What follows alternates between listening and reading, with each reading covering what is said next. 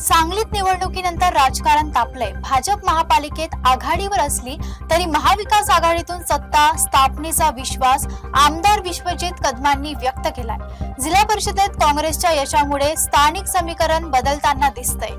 जानेवारी 2026 मध्ये झालेल्या सांगली मिरज कुपवाड महापालिका निवडणुकीत 78 पैकी 39 जागा जिंकत भाजपने बहुमताचा टप्पा गाठलाय. काँग्रेसला 18, अजित पवार गटाला 16 आणि शरद पवार गटाला 3 जागा मिळाल्यात. मात्र सर्वसामान्यांच्या ताकदीवर आणि समविचारी पक्षाच्या मदतीने महापालिकेत महाविकास आघाडीची सत्ता येईल असा दावा आमदार विश्वजित कदम यांनी केलाय.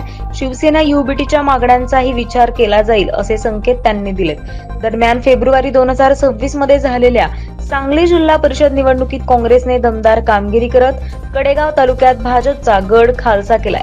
जिल्हा परिषदेत सत्ता स्थापनेसाठी शरद पवार गटाचे नेते जयंत पाटील यांच्याशी चर्चा झाल्याची माहिती असून तिथेही महाविकास आघाडी सत्ता आणण्यासाठी प्रयत्न सुरू आहेत. भाजपवर सत्ता आणि पैशाचा गैरवापर केल्याचा आरोप करत आगामी काळात स्थानिक स्वराज्य संस्थांमध्ये महाविकास आघाडी भक्कमपणे उत्तर देईल असा इशाराही विश्वजित कदम यांनी दिलाय.